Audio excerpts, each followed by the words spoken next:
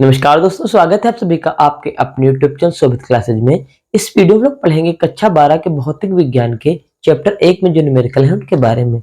इसके पिछले लेक्चर में हम लोगों ने कुछ न्यूमेरिकल सॉल्व कर लिए थे। अगर आप लोगों ने वीडियो नहीं देखा तो हमारे चैनल पर जाकर वीडियो देख सकते हैं। ठीक है, तो देखिए हमारा आज का जो न्यूमेरिकल है वो क्या है। हमें दिया गया है दो बिंदु आवेश प्लस 9e तथा प्लस 1e एक दूसरे से 16 सेंटीमीटर की दूरी पर स्थित है। इनके बीच एक आवेश q को कहाँ रखा जाए कि वह संतुलन में हो। ठीक है, तो इसका हम चित्र बना लेते हैं। देखिए किस प्रकार चित्र बनेगा। हमने मान लिया हमारे जो दो आवेश हैं, एक प्लस 9e यहाँ पर स्थित है और प्लस e यहाँ पर स्थित है, और दोनों के बीच की दूरी हमें दी गई है 16 सेंटीमीटर। ये हमें दिया गया। हमने मान लिया बिंदु a है, ये है b। हमसे कहा गया है एक आवेश तीसरा है, उसको कहां पर रख दिया जाए कि वह संतुलन में हो। तो हमें पता तो हो नहीं, हमने मान लिया इसको यहां पर रख दिया जाए आवेश q। तो हमें बताना है कि a से q की दूरी कितनी होगी और b से q की दूरी कितनी होगी। यही तो हमें बताना है कि कहां रखा जाए, इसकी स्थिति हमें ज्ञात करना है। तो इसके लिए हमें क्या करना होगा, सबसे पहले हम मान लेंगे, हमें पता तो है नहीं a से c के बीच की दूरी है, तो हमने मान लिया a से c के बीच की दूरी है 1 सेंटीमीटर, और ये दोनों x ये a से c के बीच की दूरी और b से c के बीच की दूरी को अगर जोड़ दें कितना आना चाहिए 16। तो ये जो बची दूरी हमारी हो जाएगी 16 माइनस x सेंटीमीटर। ठीक है, अब जब ये दूरी दोनों को जोड़ें कितना आ जाएगा 16। ठीक है, कहना मतलब दोनों का 16 है, तो अगर इधर जितनी होगी उतनी उस तरह से कम हो जाएगी। ठीक है, और दोनों कितनी होगी 16।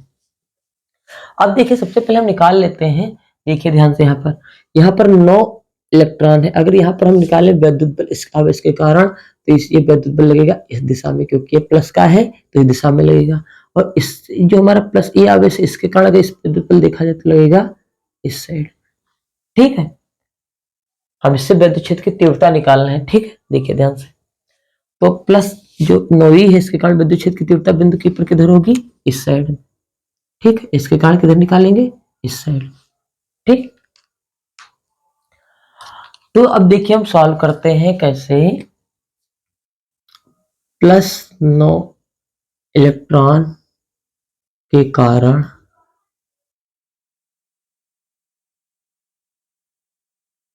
Q पर वैद्युत क्षेत्र की तीव्रता क्या निकालने, Q पर वैद्युत क्षेत्र की तीव्रता। तो इसको हम मान लेंगे E1।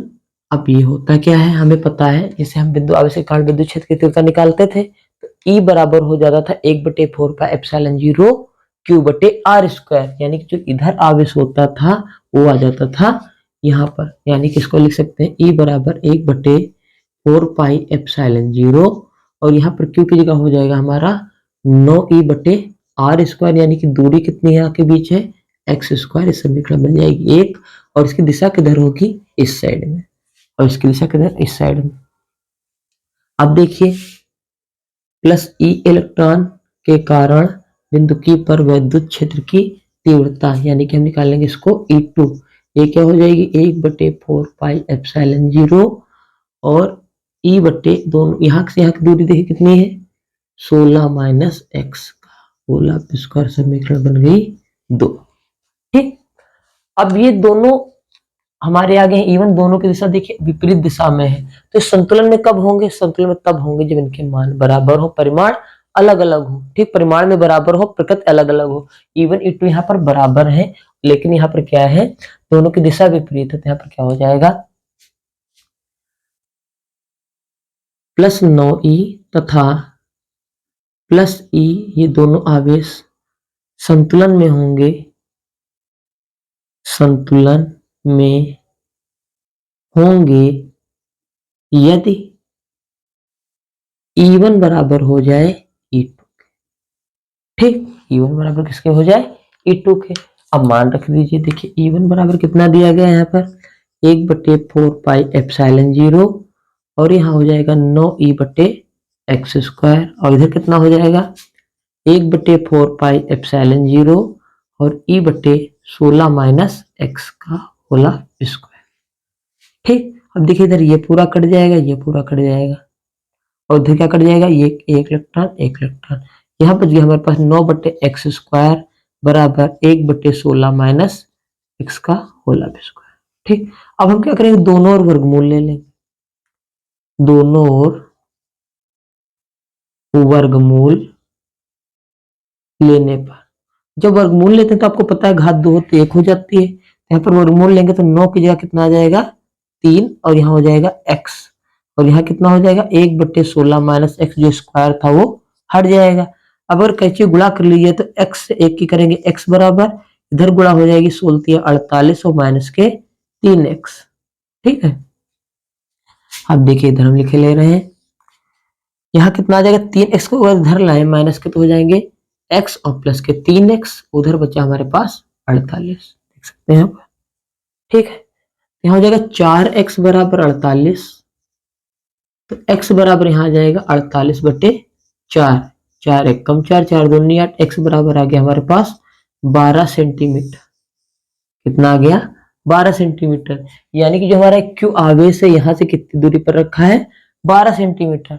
ठीक है, और अगर हम निकाल लें दूसरी दूरी हमारी थी 16 माइनस एक्स, दूसरी दूरी कितनी थी 16 माइनस एक्स, तो ये कितना हो जाएगा 16 माइनस 12 बराबर 4 सेंटीमीटर। ठीक, यानी कि हमें पता चल गया जो हमारा आवेश क्यू है बिंदु ए से 12 सेंटीमीटर की दूरी पर है और बिंदु बी से 4 सेंटीमीटर की दूरी पर है। तो यहाँ पर हम लिख सकते हैं कि हमारा क्यू आवेश है, आवेश क्यू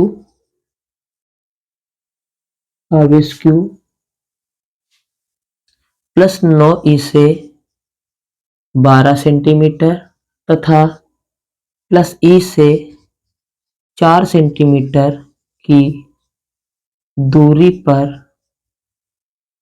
संतुलन में होगा। ठीक, इस प्रकार ये सवाल हमारा कंप्लीट हो जाता है। अगर आप चाहें तो इसका स्क्रीनशॉट भी ले सकते हैं। ठीक है, अब देखिए हमारा सवाल दिया गया है, एक वैद्युत द्विध्रुव जिसकी लंबाई 4 सेंटीमीटर है को एक समान वैद्युत क्षेत्र 10 की पावर 4 न्यूटन प्रति कूलम, ये हमारा वैद्युत क्षेत्र है, इसमें 30 अंश के कोण पर रखने पर 9 गुणे 10 की पावर -2 न्यूटन इंटू मीटर का बल आघूर्ण लगता है।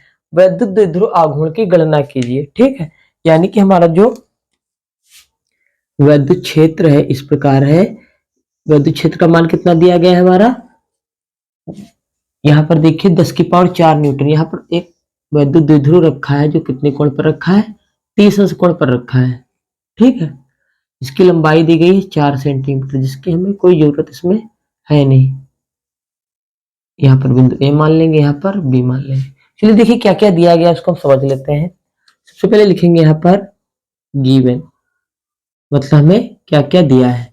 सबसे पहले देखिए दिया है वैद्युत द्विध्रुव की लंबाई कितनी है 4 है, यानी कि 12 बराबर यहाँ पर है 4 सेंटीमीटर। ठीक, उसके बाद इसको एक समान वैद्युत क्षेत्र में रखा गया है, यानी कि ई का मान यहाँ पर दिया गया है हमें 10 की पावर 4 न्यूटन प्रति कूलम।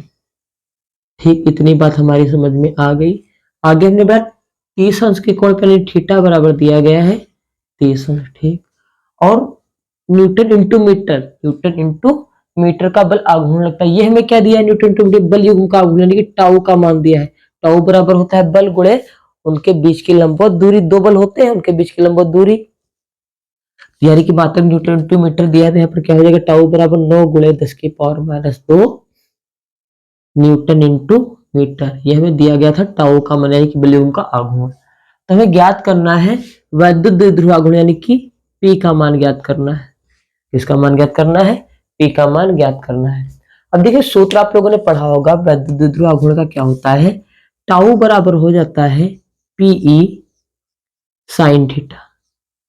ठीक है, इसमें देखिए हमें निकालना क्या, पी का मान निकालना है, तो ये चला जाएगा इसके नीचे, तो यहाँ पर बचेगा केवल पी, यानी कि पी बराबर हो जाएगा टाउ बटे ई साइन थीटा।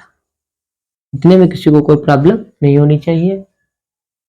अब देखिए टाउ का मान दिया गया, ए का मान दिया, साइन थीटा, सबके मान हम लिख लेंगे। तो यहाँ पर मान रख रहे हैं, टाउ का मान देखिए रख देंगे 9 गुणे 10 की पावर -2, ई का मान दिया गया 10 की पावर -10 की पावर 4, और साइन थीटा तो यहाँ लिख देंगे साइन 30।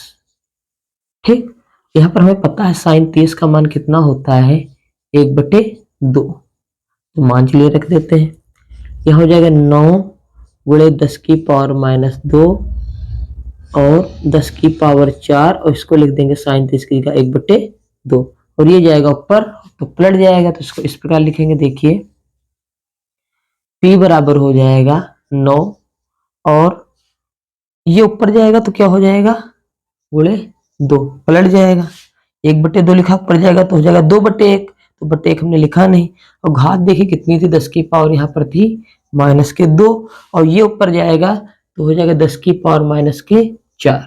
ठीक, ये घात जो ऊपर जाएगी प्लस है तो हो जाएगी माइनस में, और ये ऊपर पलट गया। अभी जो 2 है हर में था, ऊपर चला गया अंश में था, बटे हमने 1 नहीं लिखा, उसकी कोई लिखने की जरूरत नहीं। 9 को 2 से गुणा करेंगे हो जाएगा 18, और ये घातें हमारी गुणे में जाती हैं जुड़। तो -2 में अगर हम कितना जोड़ दें, -4, तो हो जाएगा -2 -4, यानी कि हो जाएगा -6। अब देखिए अगर इधर से एक अंक यहां पर हम लगा दें तो बाएं जब जाते हैं तो क्या होती है, एक घात हमारी बढ़ जाती है, तो इसमें घात बढ़ जाएगी, यानी कि -6 में एक घात हमारी जब बढ़ेगी तो कितना हो जाएगा, -5। ठीक है, और इसका मात्रक होता है कूलाम इंटू मीटर। ठीक है, इस प्रकार हमारा विद्युत द्विध्रुव का मान आ जाता है। ठीक, आप चाहे तो इसको स्क्रीनशॉट भी ले सकते हैं। ठीक है, देख लीजिए इसको। आई होप आप लोग क्वेश्चन समझ में आ गया होगा। अगर क्वेश्चन समझ में नहीं आया है या कोई प्रॉब्लम हो रही तो आप हमें कमेंट कर जरूर बता सकते हैं। ठीक है, अगर वीडियो अच्छा लगा हो तो वीडियो को लाइक कर दीजिए और वीडियो को ज्यादा से ज्यादा शेयर कर दीजिए। वीडियो देखने के लिए बहुत बहुत धन्यवाद। Thank you very much.